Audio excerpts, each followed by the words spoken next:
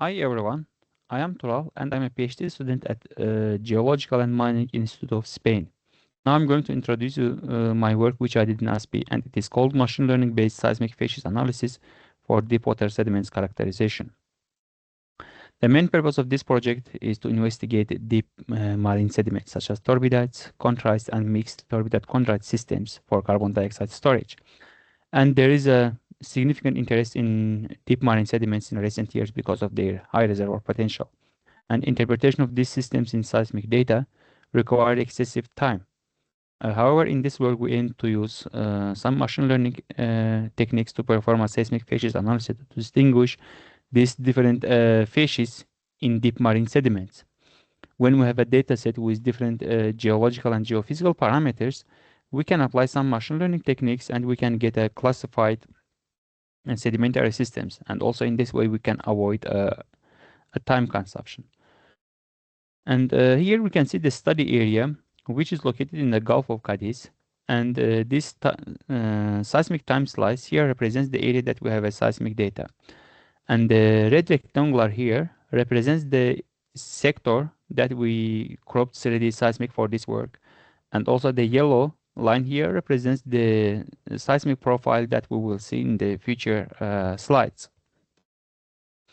Now we can see the previous seismic facies analysis, which was done by NG in 2022, and we can see his interpretation in this seismic panel. And these yellow lines represents upper and lower boundaries of different seismic units. Also on the right panel, we can see how this seismic units were called by NG. And for example, we have sediments which developed by bottom currents in seismic unit 1, and in seismic unit 2, which they were called pelagic sediments, and a large mounted unit by bottom currents, which were in the seismic unit 3, and we have turbiditic channelized submarine lobe in seismic unit 4, and also we have turbiditic meandering channel lip and turbiditic and pelagic rib in respectively in seismic unit 5 and 6. Also, I would like to mention number 7, which is the alloctonous unit of Gulf of Cadiz.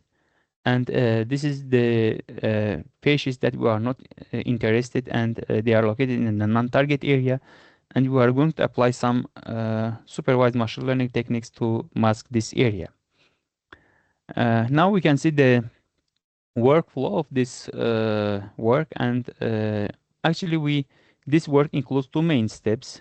The first step is which is filtering out the alloctonous unit of Gulf of Cadiz, and in this step we calculated attributes, applied some filtering attributes to filtering algorithms to get a smooth attributes, and then we generated training and validation sets, and then we applied some machine learning algorithm, unsupervised machine learning algorithm, which is called probabilistic neural network, to get a predicted facies.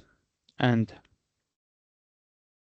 in the second step, which we use the results of first step in order to mask the non-target area, and then in the all attributes, and then we applied two different machine learning, unsupervised machine learning algorithms in order to select attributes and also in order to get a clustered sediment facies.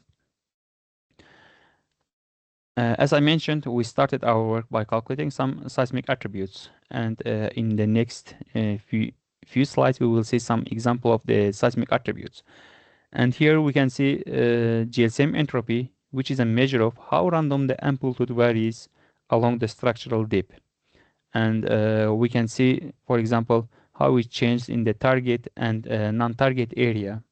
For example, in non-target area it's very high, and in target area it's low, and in some areas it's we can see that it's not that much low.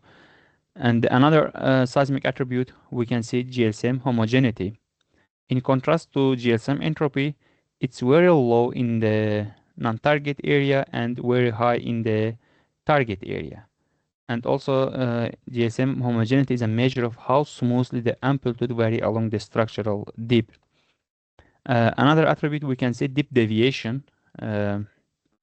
which is very high in the non-target facies and very low in the target facies. And also it measures the dipping angle of the reflectors, and it's significant to differentiate one complex deposition facies from the surrounding facies.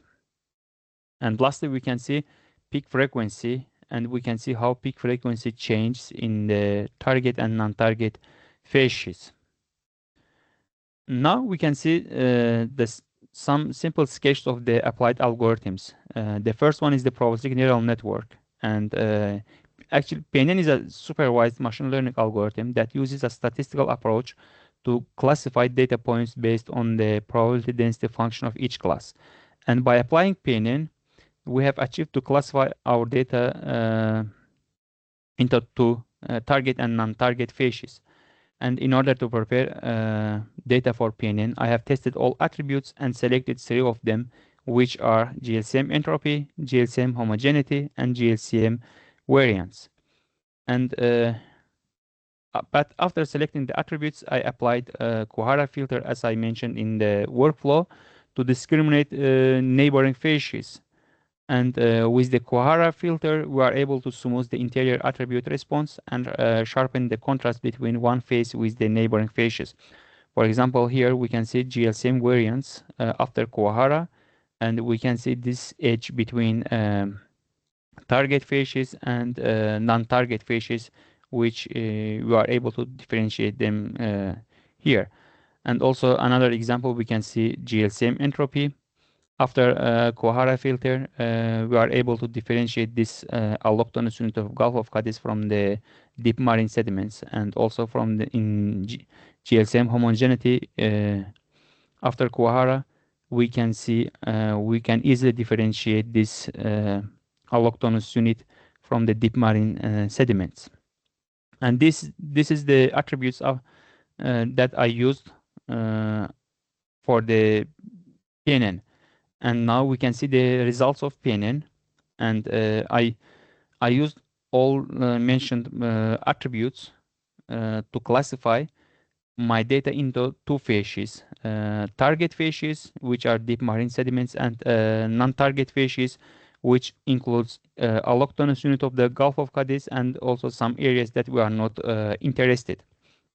And this is the results that I'm going to use for the next step, that all the area in red color, which is non-target area for us, and we are going to mask this area in our all in our attributes that we were calculated in the previous step.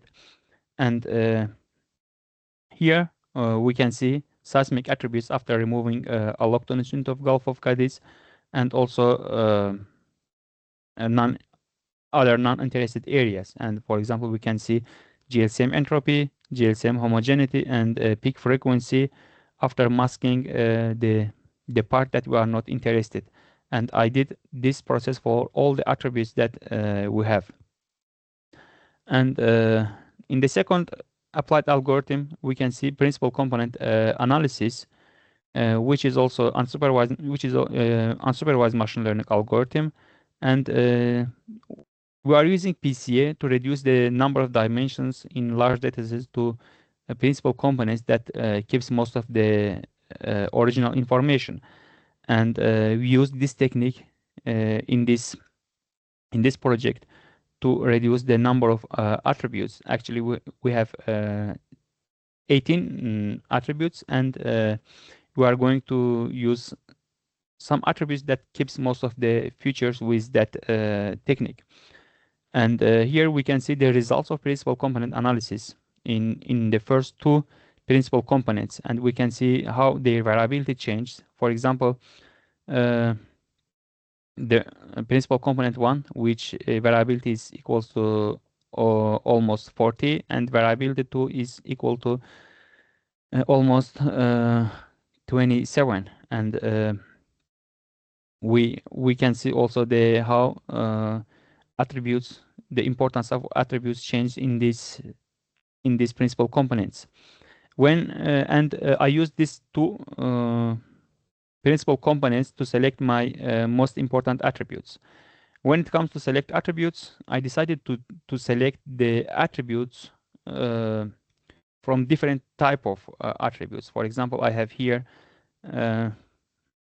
spectral attributes, textural attributes. I have here similarity attributes and dipping attributes. And I selected attributes from each type, one or two, that keeps most of that are more important than others. For example, from the dipping algorithms, I selected confidence and dip deviation. And from textural attributes, I selected GLCM energy, GLCM dissimilarity, and GLCM variance. From spectral attributes, and I selected peak magnitude. And here I had total seven selected attributes that I'm going to use in the next step. Lastly, I used a self-organizing map, which is also unsupervised machine learning algorithm that uses that is a neural network to group similar data points and visualize high-dimensional data in a low-dimensional map. And typically, we are going to visualize our data into 2D maps, and we can see the simple sketch of the self-organizing map here. And I used all the previous 7 selected attributes as an input for self-organizing map. And now we can see the results of SOM. And I would like to mention the area that we masked in previous step, in the first step, is not included in the classification. And also, when we look at the classification, we are not able to differentiate all various sediments that we have in the interested area, and they are almost classified as same in all area. For we can see mostly 2 or 3 colors but we know that we have a few seismic units here, at least more than 3. And that's why we decided to specifically focus on the area that we are interested, which is late Miocene sediments, and we picked upper and lower boundaries of the late Miocene, and we are going to calculate SOM between these two boundary horizons.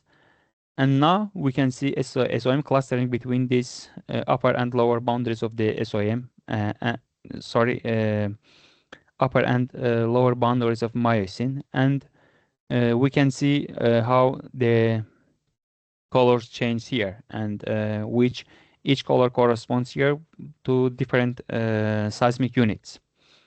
When we compare these results with the previous interpretations, for example, we can see sediments developed by bottom currents in green color here, which corresponds to with the previous interpretation of NG. And also we can find seismic unit 2 in purple color, which they are hemipelagic sediments, which corresponds to seismic unit 2 in the previous study. Also in number 3, which they were in the dark green color, which corresponds to large mounted unit by bottom currents in this previous interpretation.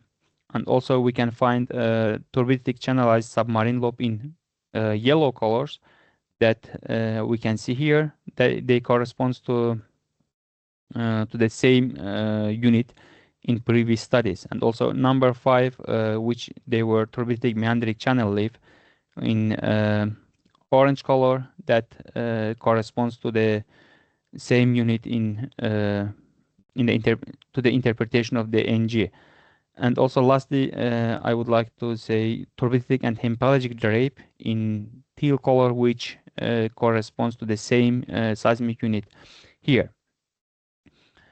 And in conclusion, I can say that applying PNN gives us the advantage of removing allochthonous unit of Gulf of Cadiz by classifying seismic data into 2 facies.